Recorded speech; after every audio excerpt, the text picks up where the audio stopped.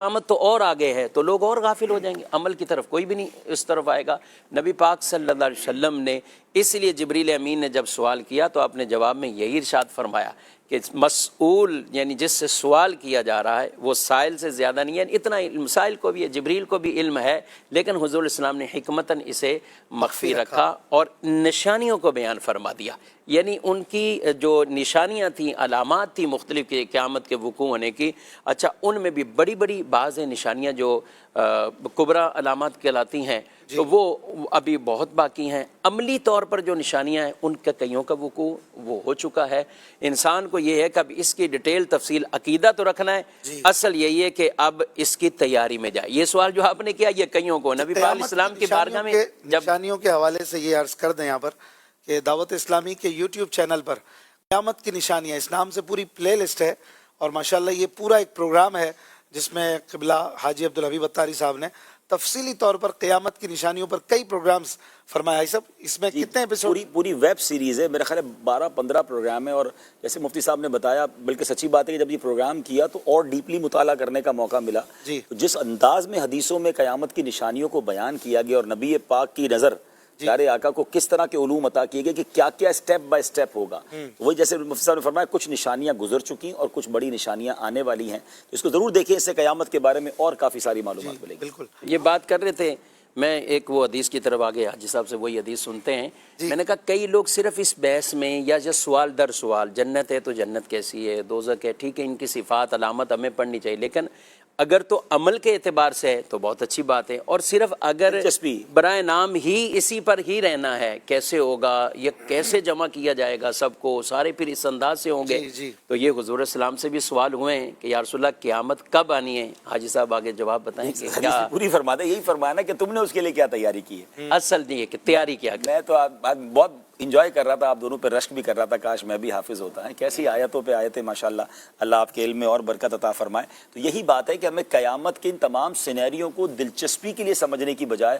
اچھا ایسا بھی ہوگا تو اچھا قرب قیامت میں یہ بھی ہوگا، کچھ لوگ ایڈونچر اور ذرا کوئی انوکھی بات پڑھنے اور سننے میں قیامت کی نشانیاں آپ جب بھی بیان کریں لوگ بالکل تیار ہو جائیں گے سننے کے لیے، اچھا پھر تھرل ہے، لیکن اس تھرل کے بعد میسج کیا، یعنی آپ اس تھرل سے سب گزریں گے، یعنی یہ بھی تو غور کریں نا کہ اس ڈے آف ججمنٹ ہم سب نے پیش ہونا ہے، ہم سب کے ساتھ ہونا ہے۔ یعنی آج کسی کو یہ کہہ دیا جائے کہ بھائی آپ کو کسی ایسی جگہ پر جانا ہے جہاں بہت رش ہوگا، لمبی لائن ہوگی، دھوپ میں کھڑا رہنا پڑ سکتا ہے، تو آپ اس کے لیے پلاننگ کرتے ہیں کہ یار کوئی سورس مل جائے، کوئی راستہ مل جائے، کوئی وی آئی پی پاس ہے کہ نہیں، کوئی طریقہ ہو جس سے لائن بچ جاؤں۔ یعنی دنیا میں کسی ایک دفتر میں جانا ہو تو اس کے لیے ہم غور کر رہے ہوتے ہیں کسی طرح کوئی جان پہچان نکال دو، تو قیامت کے دن ہم سب نے پیش ہونا ہے، 50,000 سال کا دن ہے، اپنے اعمال کا حساب دینا ہے، پیاس سے لوگ کی زبانیں باہر آ گئی ہوں گی، اور ایسا نہیں ہے کہ اس کے سولوشن بیان نہیں ہوئے، جہاں قیامت کی سختیاں بیان ہوئی وہاں قیامت میں راحت کے سامان بھی بیان ہوئے، اللہ کے عرش کا سایہ کن کو ملے گا وہ خوش نصیب بھی بیان ہوئے، نبی پاک کے ہاتھوں جام کوثر ملے گا ان کے بھی بیان ہوئے، پل صراط سے کچھ لوگ بجلی کی طرح گزر جائیں گے وہ بھی بیان ہوا، کن کا نامہ اعمال سیدھے ہاتھ میں دیا جائے گا وہ بھی بیان کیا گیا۔ تو جب یہ ساری آسانیاں بھی اس ڈیفیکلٹ ڈے بیان ہو گئی ہیں تو وہی مفتی صاحب والی بات ہے کہ وی ہیو ٹو لرن، ہم سیکھیں تو صحیح، پڑھیں اس کو اور سمجھیں کہ میں کس طرح ان مشکلوں سے بچ پاؤں گا۔ دنیا میں جب کوئی امتحان آنے والا ہوتا ہے تو اس کی ہم تیاری کرتے ہیں، اس کی کوئی کوسچن پیپر ڈھونڈتے ہیں، گیس پیپر ڈھونڈتے ہیں، کوئی ٹیچر ہائر کرتے ہیں، کوئی ٹیوشن لیتے ہیں، ہر مشکل کے لیے جب دنیا میں ہم سولوشن کرنے والے کوشش کرتے ہیں تو اس سے بڑی مشکل کون سی ہے جو آنے والی ہے، اللہ کرے کہ اس دن کی جو ہے وہ تیاری کی ہمیں فکر نصیب ہو جائے۔ سعاد بھائی اس کے قیامت کے مضامین کے حوالے سے ایک تو بہار شریف کا جو پہلا حصہ ہے مختصر اور بڑے جامع انداز میں صدر الشریعہ نے بیان کیا ہے، اس کے ساتھ ساتھ امام جلال الدین سیوطی شافعی رحمۃ اللہ تعالی کی بڑی شاندار کتاب ہے البدور الصافرہ فی امور الاخرہ، اس کا الحمدللہ المدینۃ العلمیہ نے اسلامک ریسرچ سینٹر نے بڑے خوبصورت انداز میں ترجمہ کیا ہے، اس کی احادیث روایات کی پوری تخریجیں بھی موجود ہیں، اس کا اردو میں نام ہے غالباً آخرت کے حالات، مکتبۃ المدینہ کی یہ کتاب ہے، بڑی جامع، یعنی آپ سمجھے کہ قیامت کے حوالے سے وہ انسائکلوپیڈیا اردو میں، تو اس کا بھی ہمیں مطالعہ کرنا چاہیے۔ اور آخرت کے حوالے سے اور قیامت کے حوالے سے جو مفتی صاحب فرما رہے تھے کہ نشانیاں، یعنی اس میں بعض لوگ یہ بھی کلام کرتے ہیں کہ نبی کریم علیہ الصلوۃ والسلام کو بھی علم تھا یا نہیں تھا، تو آپ دیکھیں نبی کریم علیہ الصلوۃ والسلام نے کثیر نشانیاں بیان فرمائیں اور کئی نشانیوں کا ظہور لوگوں نے دیکھا اور کئی حتمی طور پر قائم ہوں گی۔ تو اگر سرے سے ہی معاذ اللہ نبی کریم علیہ الصلوۃ والسلام کو قیامت کا علم نہیں تھا تو اتنی نشانیاں کیسے آپ نے بیان فرمائیں؟ یہاں پر عقیدہ علماء یہ بیان کرتے ہیں کہ رب تبارک و تعالیٰ نے اپنے محبوب علیہ الصلوۃ والسلام کو ظاہری وصال سے پہلے قیامت کا قطعی علم دے دیا تھا کہ کب قائم ہوگی، لیکن یہ حکم تھا کہ اس چیز کو مخفی رکھنا، یعنی کچھ چیزیں، کچھ علوم ایسے تھے جن کو عوام تک پہنچانے کا حکم نہیں تھا، ممانعت تھی۔ اور قیامت کے حوالے سے ایک اور چیز بھی میں بیان کرتا چلوں، 3 قیامت کی قسمیں عموماً بیان کی جاتی ہیں، ایک ہے قیامت صغریٰ، ایک ہے قیامت وسطیٰ اور ایک ہے قیامت کبریٰ۔ لیکن جب مطلق ہم قیامت کا لفظ بولتے ہیں تو اس سے مراد وہی جو تمام مخلوق کے ختم ہو جانے کے بعد دوبارہ جو حشر ہوگا، حضرت اسرافیل علیہ السلام سور پھونکیں گے، جو سور بھی 2 مرتبہ پھونکا جائے گا۔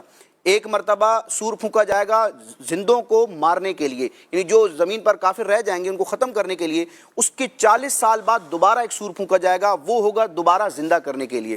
تو وہ جو قیامت قائم ہوگی اس کو قیامت کہا جاتا ہے، لیکن اس سے پہلے بھی کیونکہ کچھ روایات میں کچھ دیگر چیزوں پر بھی قیامت کا لفظ بولا گیا، جیسے کہ ایک ہے قیامت صغریٰ، کوئی بھی شخص جو مرتا ہے نا تو مرنے والے شخص کے لیے اس کی موت گویا کہ ایک قیامت ہے، یہ ہے قیامت صغریٰ، کیونکہ دنیا کے اس کے معاملات موت کے ساتھ ختم ہو جاتے ہیں، وہ برزخی زندگی کی طرف منتقل ہوتا ہے۔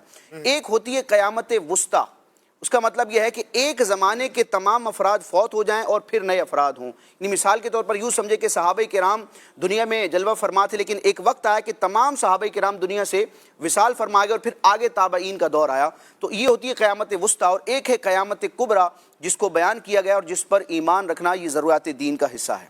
مفتی صاحب قیامت کہاں قائم ہوگی اور ڈیٹ آپ نے نہیں بتائی؟ ڈیٹ بتا دی، 10 سال نہیں بتایا۔ محرم، اچھا بتا دیا، سال تو نہیں بتایا گیا، سال ہی مخفی رکھنے میں زمین بھی بتائی گئی ہے کہیں؟ زمین ہے شام، ملک شام کو، اور وہ اتنی بڑی زمین آج تو ہمیں کوئی ایسی نہیں دیکھیں نا، یہ جو قیامت کا زلزلہ جو ہے اس کی تفسیر اگر پڑھیں تو اس میں یہی بیان ہوا کہ یہ پہاڑ ریزہ ریزہ ہو جائیں گے اور پوری زمین جو ہے وہ بالکل پلین ہو جائے گی، اسٹریٹ ہو جائے گی، زمین اپنے خزانے بھی اگل دے گی۔ تو اب زمین میں کوئی اوپر نیچے معاملہ نہیں ہوگا، بتایا ایسی سیدھی زمین ہوگی کہ رائے کا دانہ بھی رکھا جائے تو دور سے بھی وہ نظر آئے گا۔ اور ملک شام میں دیکھیں، وہ پورا اگر شام دیکھیں تو شام ایکچولی اب بھی یہ شام تو اب ڈسٹریبیوٹ ہو گیا، ورنہ اس زمانے میں یہ عراق اور بہت سارے علاقے یہ شام کے اندر ہی آتے تھے۔ وہ ملک شام بہت وسیع ملک تھا، تو اب وہاں اللہ کا تخت بھی لگے گا اور اس کے بعد عرش الہی، اور اس کے بعد جو سارا معاملہ ہوگا تو وہ اب کتنا بڑا میدان ہوگا، اللہ کی قدرت سے ہی ہوگا۔ صاحب آج تھائی لینڈ میں زلزلہ آیا ہے، اچھا، بہت خطرناک، اللہ اکبر، اور تقریباً 6.3 یا اس سے بھی کچھ اوپر کے ریکٹر اسکیل، کیا کہیں گے؟ یہ بھی بڑی عمارتیں جو ہے، بڑی عمارتیں بھی گر گئیں، یعنی اسی طرح بینکاک کی کچھ عمارتیں، کچھ اور بھی، جیسے ہم نے ترکی کے پہلے عمارتیں کچھ ایسی دیکھی جو چند سال، بنگلہ دیش تک بھی، بنگلہ دیش اور دیگر ممالک، یہ فار ایسٹ میں ہوا ہوگا تو آس پاس وہ اللہ اکبر، اللہ اکبر۔ یہ زلزلہ یقیناً یہ اللہ کی یوں سمجھے کہ دیکھیں یہ وہ اتنی سائنس ترقی کر گئی ہے مگر آج تک ارتھ کوئک کی پریڈکشن نہیں ہو سکتی، 1 منٹ پہلے بھی نہیں بتایا جا سکتا کہ یہاں زلزلہ آئے گا، زلزلہ آ جائے تو اس کو روک بھی کوئی نہیں سکتا، یہ ایسی قدرت کا نظارہ ہے۔ اور قیامت کے دن بھی زلزلہ آئے گا اور اس زلزلے کی پوری تفصیل قرآن نے بیان کی کہ کیسی چنگھاڑ سنائی دے گی، پہاڑ کس طرح روئی کے گالوں کی طرح اڑیں گے، تو یہ زلزلہ بھی ہمیں آخرت کی یاد دلاتا ہے، اور منٹوں میں بندے کا کیا حال ہو جاتا ہے، کیونکہ میں تو بہت کلوزلی ترکی کا زلزلہ ایکسپیرینس میں نے کیا تھا، بلکہ میں جب گیا تو اس وقت بھی آفٹر شاکس آ رہے تھے۔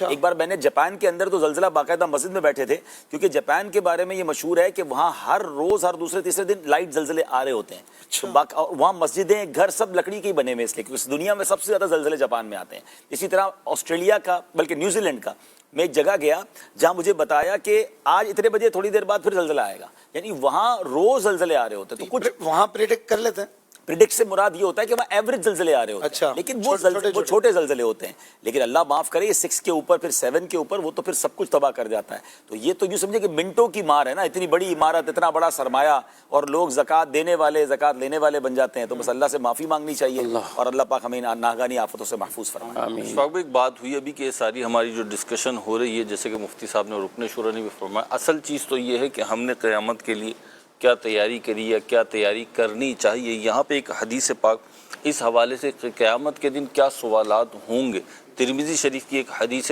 پاک امیر اہل سنت نے اپنے رسالے قیامت کا امتحان میں بیان کی، بڑا پیارا رسالہ ہے، 30-32 صفحوں کا رسالہ ہے، قیامت کا امتحان، قیامت کے احوال پر مشتمل ہے۔ اس میں ترمذی شریف کے حوالے سے ایک حدیث پاک بیان فرمائی کہ انسان اس وقت تک قیامت کے روز قدم نہ ہٹا سکے گا جب تک اس سے 5 سوالات کے جوابات نہ لے لیے جائیں۔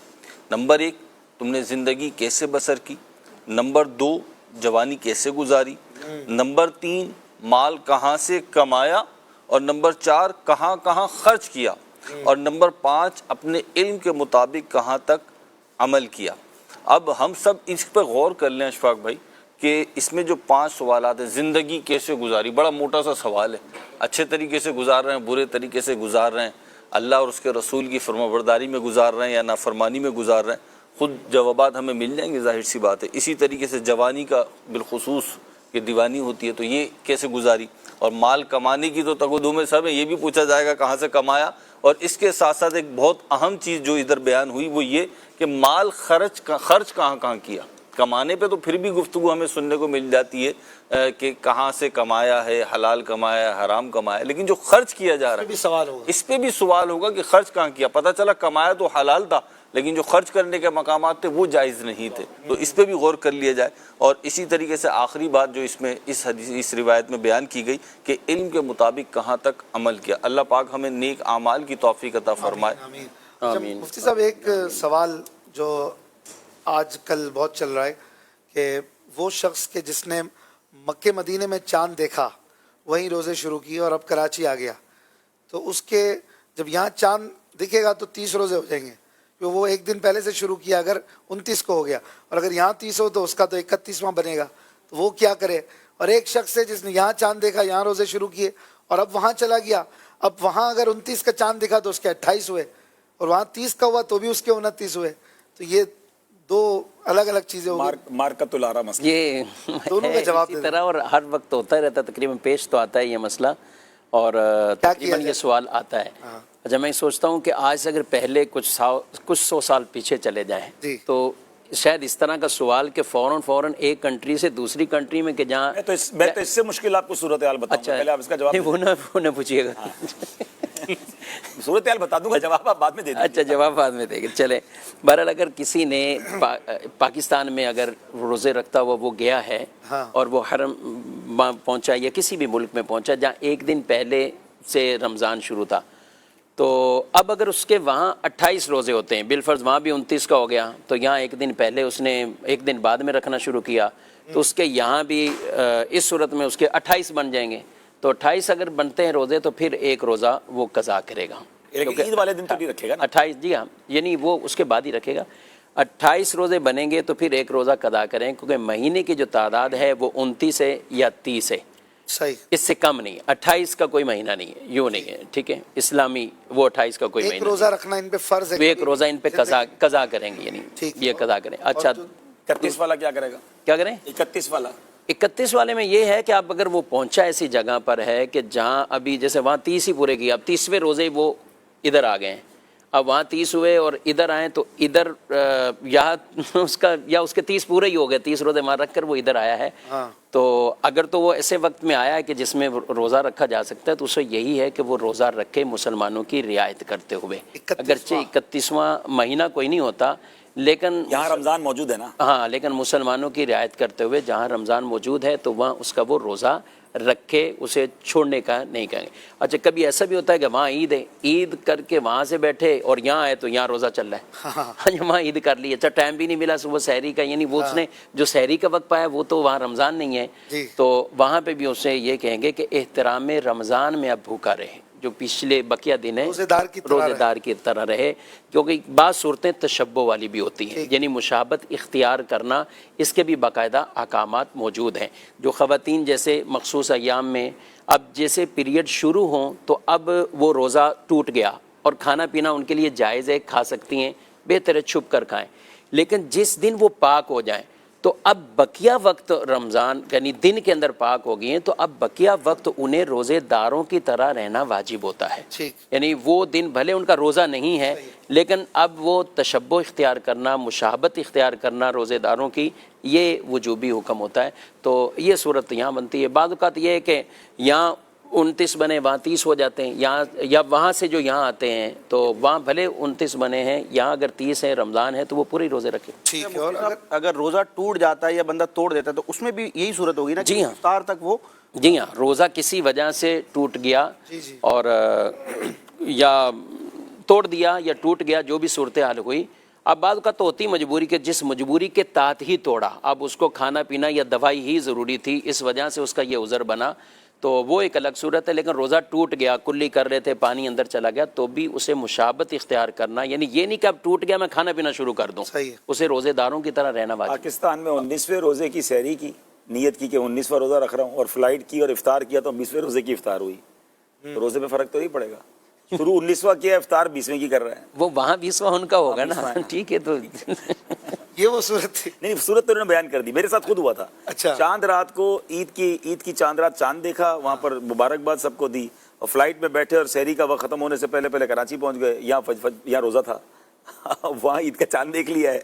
پھر کئی پڑھ کے تو پھر اب اس کا کیا کریں گے, روزے رکھیں گے. عید پڑھ کے بھی وہاں سے وہ عید پڑھ کے چلتے پہلے, اب تو ایک دن کا فرق ہے, 2 دن کا فرق بھی ہوتا رہا ہے ایک زمانے میں. تو لوگ عید کی نماز بھی پڑھ لی, عید بھی مل لی, اس دن کھایا پیا بھی, اور رات کو کراچی پہنچ کے پتہ نہیں, یا پھر صبح روزہ ہے, اگلے دن روزہ رکھنا پڑے گا. اب کیا حکم ہوگا مفتی صاحب؟ عبدالبی بھائی نے تو عیدیں بھی 2 پڑھی ہیں سب کا, وہاں عید ایک پڑھ کے آئے, یہاں گئے تو اگلا مختلف ممالک میں کافی, یعنی مختلف ممالک میں. ظاہر ہے شب قدر کے بھی ان کے اسی طرح کے کچھ ریکارڈ ہوں گے, وہاں بھی, وہاں والی اور یہاں والی بھی. تین شب معراج بھی منائی تھی شاید. ہمیں ایک بار 3 الحمدللہ شب معراج بھی. شب معراج, ہاں, وہ عرب شریف میں 2 دن کا فرق تھا, امارات میں 1 دن کا فرق تھا, پاکستان کو. تو میں مدینہ شریف میں شب معراج کی, پھر امارات پہنچا تو وہاں اجتماع تھا, غالب اشفاق بھائی ساتھ تھے اس اجتماع میں, شاید شب معراج کا ہم نے اجتماع کیا. یہاں پہنچا تو یہاں بھی شب معراج کا اجتماع, 3 اجتماع ملے. معراج ہو گئی آپ کی ماشاءاللہ. اللہ قبول کر لے. ماشاءاللہ. ایسے اور بھی ریکارڈز ہوں گے. چلیں جی, کراچی میں ٹائم ختم ہو رہا ہے, تقریباً 5-6 منٹ ہیں. کچھ کالز لیتے ہیں. میرا نام ہے, میں کراچی سے بات کر رہی ہوں. اشفاق بھائی, آپ عید کے کون سے پروگرام میں تشریف لائیں گے؟ جزاک اللہ خیرا. عید پر کون سے پروگرام میں تشریف لائیں گے؟ میں نے تو دعوت دی ہے, ہمارے پروگرام میں کرم فرمائیں انشاءاللہ. ہم تو آپ کے ہی ہیں حضور. انشاءاللہ. جی اگلی کال. تو بتا تو دیں, آ رہے نہیں آ رہے تو انتظار کریں گے نا سب. ابھی تک تو کوئی پلان نہیں. چلیں حاجی صاحب کو پوچھ لیں, حاجی صاحب کو یہی سوال پوچھ لیں. بھائی صاحب تو انشاءاللہ ہوں گے نا عید کے پہلے دن. جی, عید سے پہلے اور دوسرے دن انشاءاللہ دوپہر 3 سے 5 بجے انشاءاللہ میری حاضری ہوگی, اور دوسرے دن رات کو انشاءاللہ غالباً 9-9:30 بجے, مجھے ایگزیکٹلی ٹائم نہیں پتا, نگران شورا اور مفتی قاسم صاحب کے ساتھ ذاتی تجربات پروگرام بھی ہوگا. سیکنڈ. ارے واہ, یہ تو بڑا پیارا پروگرام ہوتا ہے انشاءاللہ. جی. کال. میں فتح محمد بات کر رہا ہوں ریاڑی سے. میرے جی مفتی صاحب سے یہ سوال ہے کہ ہم فطرہ ادا کرتے ہیں تو غربا آ جاتے ہیں, کسی کو 20, کسی کو 50, کسی کو 100. تو یہ ہم کرتے ہیں یا ایک کو دینا 2 سے 40 روپے, یا وہ ایک کر کے دیتے ہیں, ہمارا فطرہ ادا ہو جائے گا یا نہیں؟ فطرہ تو ادا ہو جائے گا اگر وہ واقعی حقدار ہوں جن کو آپ دے رہے ہیں. کسی ایک کو باقاعدہ پورا ہی ایک فطرہ دینا یہ ضروری نہیں ہے. جی. کال. سکی عطار غلام یاسین عطاری, ماشاء اللہ عز و جل سلسلہ نور سحر اپنی برکتیں لٹا رہا ہے. مفتی شفیق صاحب کی بارگاہ میں عرض ہے کہ معتکف ایسے کون سے کام کرے گا جس کی وجہ سے اس کا اعتکاف ٹوٹ جائے گا, اس بارے میں رہنمائی فرما دیجیے. خاص کر اگر گھر پر بات کریں موبائل پر, یا اسی طریقے سے معتکف کو سر چھپا کر فراغت کے لیے جانا ضروری ہے, اس بارے میں رہنمائی فرما دیں. ایسے بڑے بڑے رواج بنائے ہوئے ہیں, بات نہیں کرتے, وہ پورا تولیہ رکھ کے جو ہے نا وہ واش روم جا رہے ہوتے ہیں. بتائیے مفتی صاحب, آگے ٹکرا جائے گی, آگے ٹکرا بھی جاتے ہوں گے بیچارے. آج مدنی مذاکرے میں امیر اہل سنت سے بھی یہ سوال ہوا. اچھا, آپ نے فرمایا ابھی کیمرہ لے کے جاؤ ان کے پاس, پھر دیکھو کون منہ چھپاتا ہے. نہیں ہمارے یہاں نہیں ہے, کچھ علاقوں میں یا کچھ گاؤں گوٹھوں میں یا کچھ ایریاز میں ہیں ایسے, وہ پردے سے نکلتے ہی نہیں ہے بات, تو فون کر لیا تو اعتکاف. دیکھیں ان چیزوں سے تو اعتکاف تو نہیں ٹوٹے گا. چہرہ ڈھانپنا یہ تو کوئی ضروری نہیں ہے, اور کئی صورتیں اس کی, اگر وہ نماز بھی ایسے پڑھتے ہیں, ہم نے تو اپنے بچپن میں دیکھا ہے کہ نماز بھی ایسے پڑھ رہے ہیں پورا, یعنی اپنے آپ کو وہ نکلیں گے بالکل اقامت کے وقت, اور یہ بھی ایک کسی کی نظر نہ پڑے. ہاں, اور یہ بھی ایک مسئلہ ہے, یعنی کافی سارے بیچ میں پردے بھی ہیں, کئی مساجد میں یہ رائج بھی ہے, اور صفوں کے بھی معاملات ہوتے ہوں گے جہاں پہ بھی اس طرح یعنی پردہ بھی لگا دیا ہے, صفیں بھی قطع ہو رہی ہیں, پوری صف بھی جو ہے نا وہ یعنی یا تو ہو اس طرح کا انتظام بھی ہو, لیکن نماز کے ٹائم باقاعدہ اسے اٹھایا جائے اور صف پوری بنائی جائے. بہرحال گھر پہ اگر بات کی ہے, بات تو ویسے نہیں کرنی چاہیے, دنیا کی اگر کوئی بات ہے تو وہ تو بالکل نہ کریں, لیکن اگر کی ہے تو اس سے اعتکاف نہیں ٹوٹے گا. ظاہر گھر میں کوئی ضرورت کے لیے کیا ہوگا, کپڑے ساری کا کوئی سامان یا کچھ اور ایسی چیزیں مانگنی, تو اس وجہ سے اعتکاف نہیں ٹوٹے گا. جی. کال دیجیے گا.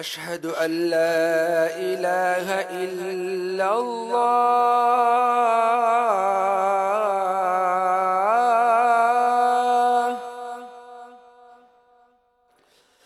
أشهد أن لا إله إلا الله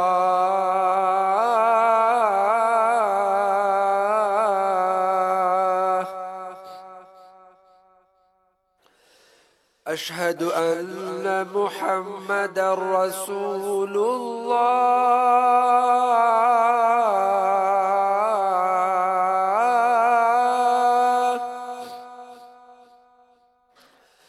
أشهد أن محمدا رسول الله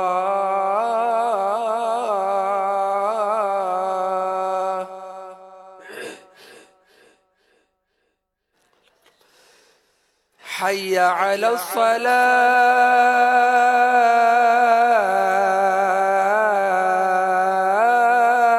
الصلاة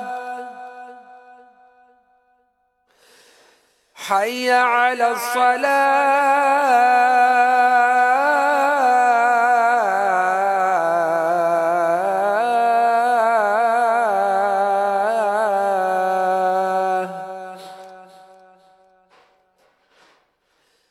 حي على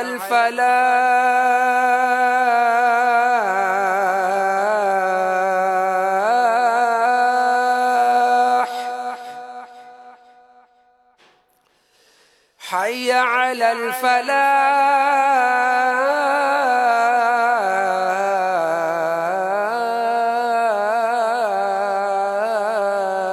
الفلاح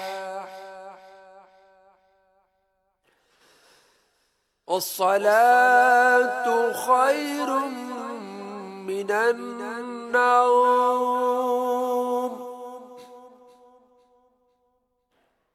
الصلاة خير من النوم الله أكبر الله أكبر لا إله إلا الله